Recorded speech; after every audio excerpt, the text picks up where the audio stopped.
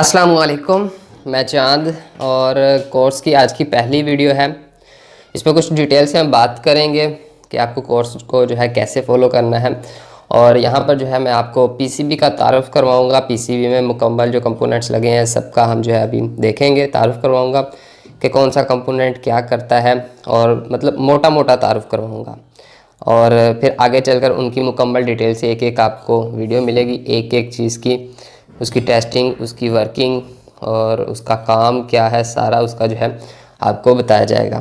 सबसे पहले यही है कि आप दोस्तों ने क्या करना है, एक पेन और एक रजिस्टर ले लें, अपने पास रखें, ताकि जो जो मैं इंपॉर्टेंट चीज़ें आपको बताता जाऊं कि किस चीज़ का क्या काम है, तो वो सारी चीज़ें आप नोट करते जाएं। उनकी डायाग्राम्स भी मैंने बना कर रखी हैं, आप डायाग्राम भी खुद बनाएं। और ये अल्ट्रॉन की पीसीबी है, जो कि डीसी इन्वर्टर एसी की पीसीबी है अल्ट्रॉन की। ये सबसे ज़्यादा एसी में लगाई जा रही है, तो इसीलिए मैंने इसी को पकड़ा, क्योंकि ज़्यादा एसीओं में यही लग रही है, तो हम इसी पर काम करेंगे और आसानी से सीख लेंगे।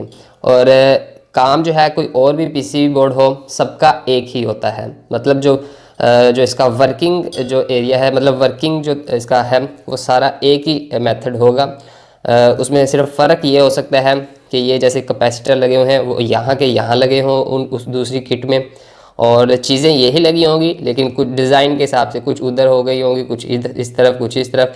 ये जो हीट सिंक लगा हुआ है ये इस तरफ हो सकता है, या इस तरफ सेंटर में हो सकता है, कहीं भी हो सकता है, लेकिन वर्किंग जो है वो एक ही है। हमने इसकी बेसिक चीज़ों को सीखना है, और बेसिक चीज़ों को सीख कर ही इंशाल्लाह आप कोई भी पीसीबी बोर्ड हो, चाहे माइक्रोवेव का भी हो, तो आप जब बेसिक हर चीज़ को सीख जाएंगे, कंपोनेंट की वर्किंग, उसकी टेस्टिंग सीख जाएंगे, तो आप बहुत ही आसानी से दूसरी पीसीबी बोर्ड्स वगैरह को भी देख सकेंगे और उनके फॉल्ट्स को भी सॉल्व कर सकेंगे।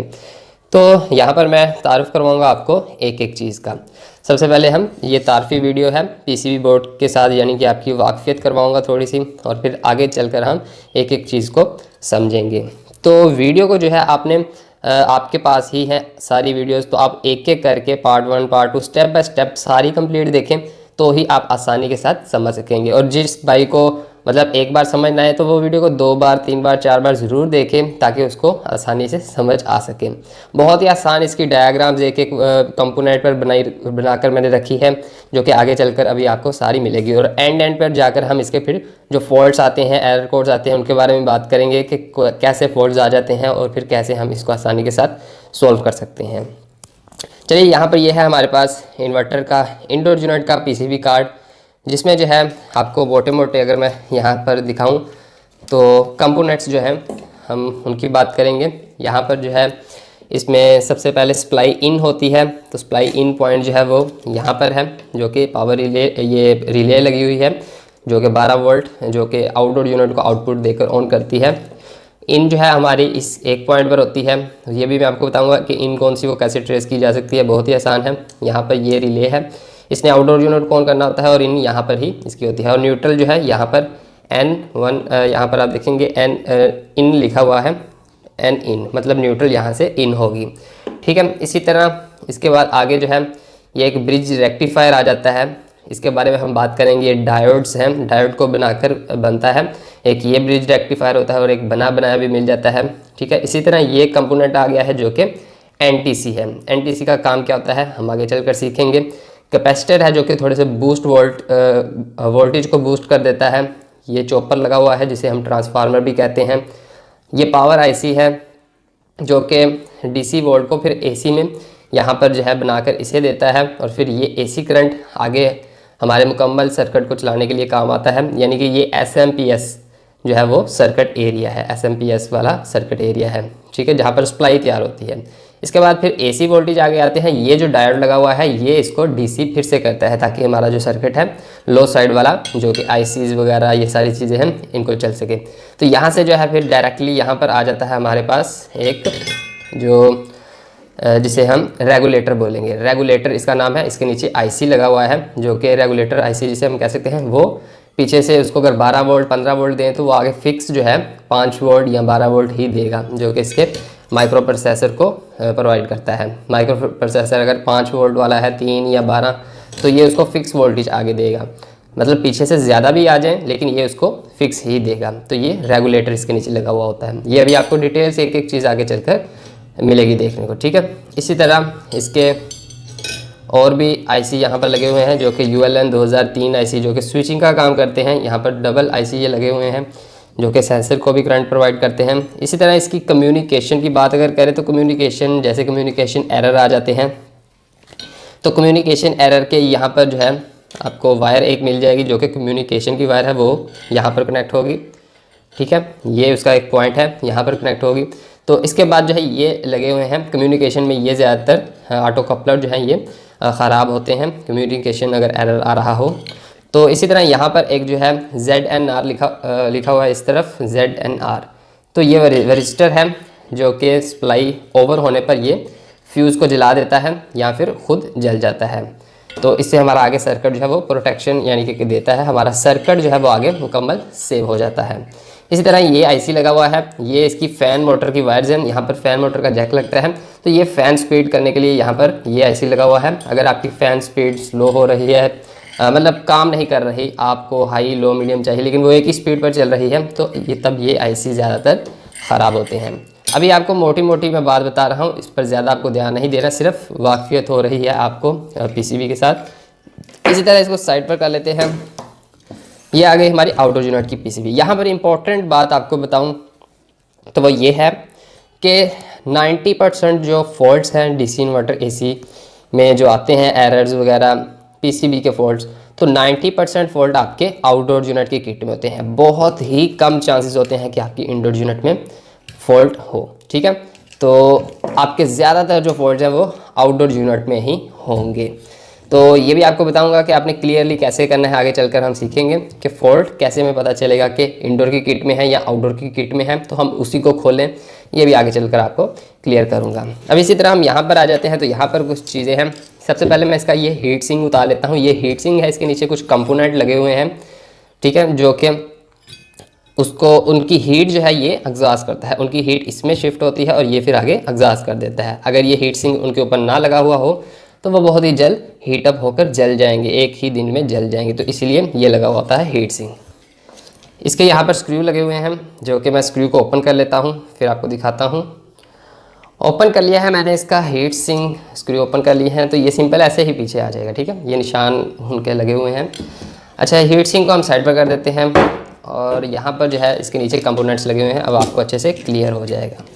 अब यहाँ पर जो है इसकी भी अगर हम स्टार्ट करें तो यहाँ से इसकी इन होगी जो है फेस और न्यूट्रल जो है, यहाँ पर AC लाइन आप देखेंगे, AC लाइन यहाँ पर इन है और ये S लिखा हुआ है, ये कम्युनिकेशन है। जैसे उसमें मैंने आपको बताया एक कम्युनिकेशन भी है। कम्युनिकेशन क्या है ये भी समझ लेते हैं यहाँ पर। तो कम्युनिकेशन जो चीज़ है वो ये है कि कम्युनिकेशन इंडोर और आउटडोर में राब्ता, जिसे हम कहते हैं एक दूसरे दो बंदों के दरमियान बातचीत हो तो हम उसको कहते हैं कि कम्युनिकेशन हो रही है। तो कम्युनिकेशन यही चीज़ है कि इंडोर और आउटडोर की पीसीबी में अगर राब्ता मतलब कनेक्ट हो जाए तो मतलब कम्युनिकेशन हमारी सही है। जैसे ही राब्ता डिस्कनेक्ट होगा, कोई चीज़ जल गई या ये वायर ही नहीं लगी हुई कम्युनिकेशन वाली, तो एरर आ जाएगा कम्युनिकेशन का। और कम्युनिकेशन का एरर बहुत ज़्यादा आता है, डिटेल में हम आगे भी चलकर सीखेंगे कि कम्युनिकेशन एरर आए तो हम क्या क्या चीज़ें चेक करेंगे। ठीक हो गया। अब यहाँ पर AC इन की, अब यहाँ पर जो है AC न्यूट्रल यहाँ पर हमने देनी है और ACL लाइन यहाँ पर देनी है, ठीक है। इसके बाद क्या होगा, फ्यूज़ सबसे पहले आ जाएगा। फ्यूज़ आने के बाद यहाँ पर जो है MOV भी लगे हुए हैं, ये जो ब्लू कलर के हैं ये भी है और इसी तरह इस साइड पर भी है, इसे MOV बोलते हैं, ये जो छोटा कंपोनेंट लगा हुआ है। इसका क्या काम होता है हम आगे चलकर डिटेल से ये भी सीखेंगे और इसे टेस्टिंग हर चीज़ इसकी मुकम्मल सीखेंगे। यहाँ से लाइन आएगी फ्यूज़ से होकर इसमें चली जाएगी। ये अब कॉइल क्या चीज़ है, ये है इंडक्टर। इंडक्टर काम क्या करता है, ये जो करंट है उसमें कोई नॉइज़ वगैरह आ जाए तो उसको फ़िल्टर कर देता है, मतलब उसको साफ़ कर देता है। तो इसका काम यही है कि ये कोई भी स्पार्क वगैरह आए तो मतलब करंट में जो कमी पेशी है उसको क्लीन करता है, उसका ये फ़िल्टर आप कह सकते हैं इसको। तो ये है इंडक्टर। इसके बाद जो है आगे आ जाता है हमारा वरिस्टर, जो कि पीसीबी में भी लगा हुआ था इंडोर की, जो कि इसके प्रोटेक्शन करता है। ये पैरेलल में लगा हुआ होता है, अगर वोल्टेज ज़्यादा आएंगे तो ये फ्यूज़ को जला देगा या खुद जल जाएगा, ताकि आगे जो है हमारा करंट ओवर ना जा सके, यानी कि सेव हो जाए सारा। इसके बाद यहाँ पर ये वही रिले आ जाती है जो कि 12 वोल्ट रिले है, इसे 12 वोल्ट मिलेगा तो ये आपस में शॉर्ट हो जाएंगे, नॉर्मली क्लोज हो जाएंगे और करंट आके पास कर देंगे। ये बड़े कैपेसिटर लगे हुए हैं जिनको फ़िल्टर भी कहते हैं और ये बूस्ट वोल्टेज का काम करते हैं। ये वोल्टेज को बूस्ट करते हैं। 220 वोल्ट आ रहे हैं, उसको ये ज़्यादा कर देंगे। इस तरह ये एक कैपेसिटर लगा हुआ है, ये कैपेसिटर है, तो ये कैपेसिटर भी सेम काम करता है, करंट में जो है फिल्ट्रेशन का काम करता है। इसी तरह बीच में एक ये रिले आ जाती है जो कि पीटीसी रिले है, इसे पीटीसी रिले बोलते हैं। ये एक एक चीज़ बाहर निकाल कर आपको डिटेल्स में क्लीन करूँगा। यहाँ पर सिर्फ तारुफ हो रहा है ताकि आपको जब वो चीज़ें आपके सामने आए, उनकी मुकम्मल टेस्टिंग पर हम जाएंगे, उसको सीखेंगे, तो आपको पता हो हाँ ये बात हमने की थी, ये चीज़ें हैं। तो इस तरह जो है आपके माइंड में जल्दी चीज़ें बैठ जाएंगी। इसके बाद जो है ये कैपेसिटर आपको मैंने बता दिया फिल्टर का काम करते हैं। इसके बाद जो है हमारा करंट सीधा आता है इस तरफ, ये है ब्रिज रेक्टिफायर। ये ब्रिज रेक्टिफायर, इसकी टेस्टिंग और इसकी वर्किंग भी हम बात करेंगे। इसके सेंटर वाले 2 पॉइंटों में जो है न्यूट्रल फेस आता है, और जो ऑपोजिट दूसरी तरफ कोने कोने पर जो है ये है 2 पॉइंट, यहाँ से जो है ये डीसी में कन्वर्ट करके वोल्ट को आगे दे देता है। ठीक है, 220 आए, इसने 220 डीसी करके आगे भेज देने हैं। ठीक है, तो ये ब्रिज रेक्टिफायर बना हुआ मिल रहा है, और इस पीसी में आप देखेंगे यही ब्रिज रेक्टिफायर बना हुआ है, लेकिन इसमें डायोड का यूज़ किया है। उसमें भी डायोड ही लगे हुए हैं, लेकिन वो एक आपको चिप बनी मिल जाती है, लेकिन यहाँ पर एक एक सिंपल हमने यूज़ करके ही जो है कंपनी ने बना दिया है। इसके बाद यहाँ पर आ जाते हैं शॉर्टकी डायोड, इसकी भी हम टेस्टिंग सीखेंगे। ये शॉर्टकी डायोड है, ये करंट पास करता है, ये बिल्कुल इसी की तरह है, सेम डायोड की तरह है, सिंपल डायोड की तरह। डायोड क्या होता है उसकी बात हम आगे डिटेल में जाकर करेंगे। उसके बाद ये IGBT आ जाता है। IGBT और ट्रांजिस्टर और जो मॉसफेट वगैरह है ये एक ही तरह के होते हैं, लेकिन IGBT हाई लोड पर काम करता है, हाई एम्पेयर हाई वोल्टेज पर काम करता है। इसी तरह जो है वो हमारा मॉसफेट वो थोड़े से लो वोल्ट और लोड एम्पेयर पर काम करता है। इसी तरह जो ट्रांजिस्टर है वो बहुत ही कम लोड पर और कम एम्पेयर पर, कम वोल्ट पर काम करता है, जो ट्रांजिस्टर होते हैं छोटे छोटे। ठीक है, ट्रांजिस्टर जो है वो भी आगे चलकर आपको क्लियर करूँगा, यहाँ पर ट्रांजिस्टर कहीं पर है नहीं। इसके बाद ये एक मेन कंपोनेंट आ जाता है जिसे हम बोलते हैं IPM मॉड्यूल। ठीक है, IPM मॉड्यूल जो है इसका मुकम्मल ये लेग्स कहाँ पर जा रही हैं, मुकम्मल लेग्स इसकी टेस्टिंग और इसकी वर्किंग क्या है, ये बेसिकली जो इसका माइक्रो कंट्रोलर जो इसका मेन IC है इस PCB का, वो है ये वाला मेन IC है। इसकी भी हम टेस्टिंग सीखेंगे और ये मेन चीज़ है। और ये भी एक चीज़ इंपॉर्टेंट आपको क्लियर कर दूँ कि आपकी PCB में अगर ये IC जल चुका है, आपकी PCB रिपेयर नहीं होगी, क्योंकि ये IC मार्केट से नहीं मिलता। ठीक है, कंपनी ने ये मार्केट में दिया ही नहीं। और अगर ये आपका सही है, बाकी कोई भी प्रॉब्लम आपके PCB में है तो वो रिपेयर हो जाती है। तो यहाँ से क्लियर हो गया कि जब भी आपको कोई PCB बोर्ड वाला आप जब भी कभी गए हो तो उसने कहा होगा कि ये PCB रिपेयर नहीं होगी, तो यकीनन उसका IC ही डेड हो गया होगा, तो उसने आपको बोला होगा कि अब PCB रिपेयर नहीं होगी।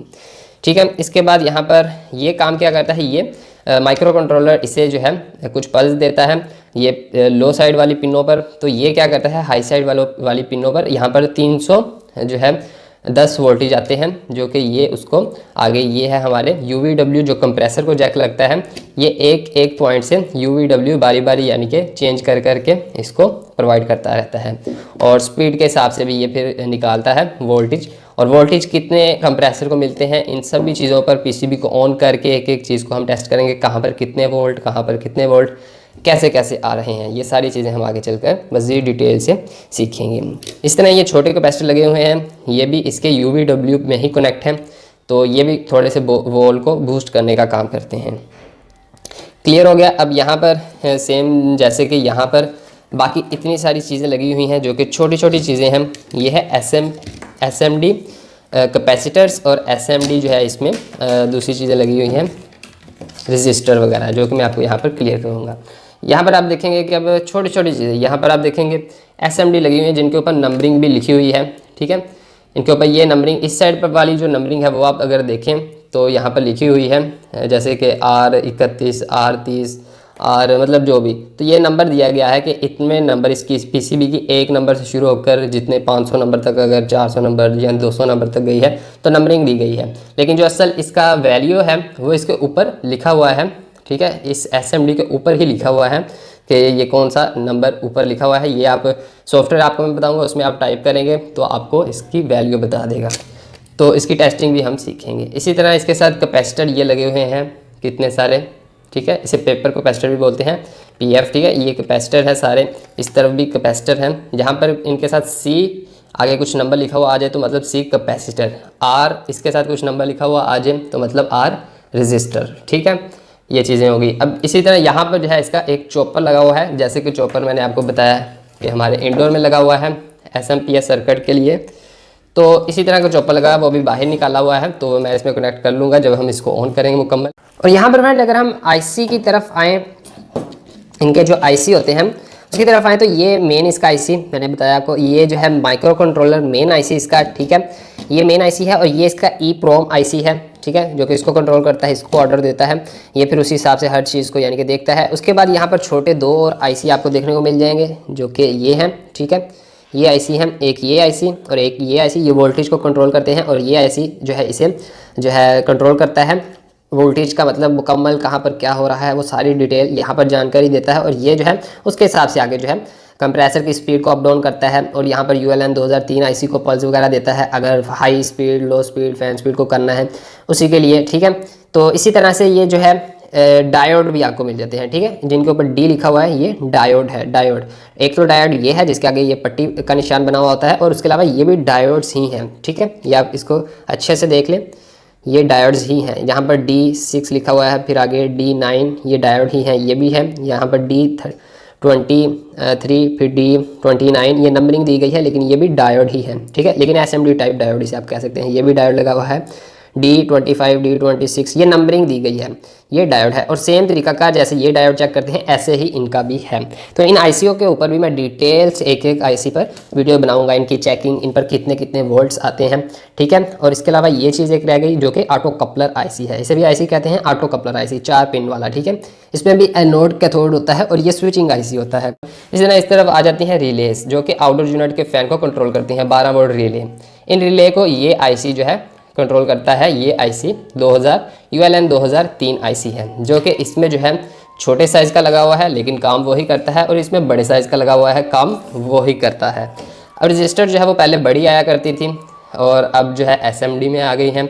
इसी तरह इसमें ये लगा हुआ है रेगुलेटर, ठीक है, ये 5 वोल्ट पीछे से 12 वोल्ट लेता है, 15 वोल्ट लेता है, और आगे सिर्फ 5 ही निकालता है, जो कि इस IC को मिलने होते हैं, मेन प्रोसेसर को। तो 5 वोल्ट इसको निकालेगा, इसको देगा, तो अगर ये ख़राब हो जाएगा तो ये आपका IC वर्क नहीं करेगा, किट एरर देगी, ठीक है। अब ये जो 78-5 लगा हुआ है, इसमें जो है 5 इसकी नंबरिंग होती है, वो हम डिटेल से सीखेंगे। इसमें जो है थोड़ा बड़े साइज़ का लगा हुआ है लेकिन काम वही है, इसमें छोटे साइज़ का लगा हुआ है, काम वही करता है। तो ये PCB का मैंने मोटा मोटा आपको तारुफ करवाया, अभी बहुत सारी चीज़ें रहती हैं। और यहाँ पर 3 सेंसर भी ये लगे हुए हैं, जिनमें एक एम्बिएंट टेम्परेचर सेंसर है, ठीक है, 3 सेंसर ये लगे हुए हैं। और दुनिया का कोई भी सेंसर हो जहाँ पर लगता है वहाँ पर 5 वोल्टेज आते हैं। इसको अगर हम उतार देंगे, किट को ऑन करेंगे, तो यहाँ पर एक सेंसर की 2 तारें हैं, हम ये 2 तारें जिस पॉइंट पर लगी हैं वहाँ पर वो हम मीटर से DC वोल्ट चेक करेंगे तो 5 वोल्ट वहाँ पर आपको देगा, तो 5 वोल्ट वहाँ पर आने चाहिए। तो इसके अलावा ये एम्बिएंट टेम्परेचर सेंसर है, और एक सेंसर इसमें जो है वो है हमारा कॉइल डिस्चार्ज टेम्परेचर सेंसर, और एक टेम्परेचर सेंसर है जो हमारा डिस्चार्ज के कॉइल के कंडेंसर के बिल्कुल एंड पर जाकर लगा हुआ होता है, ठीक है। इनकी वैल्यू कैसे चेक की जाती है, सेंसर ये सही है या नहीं सही, ये सारी चीज़ें अब हम आगे चलकर सीखेंगे। तो ये था इसका तारफ़ी वीडियो, उम्मीद करता हूँ इसमें आपको काफ़ी समझ आई होगी कि इसमें क्या क्या चीज़ें होती हैं।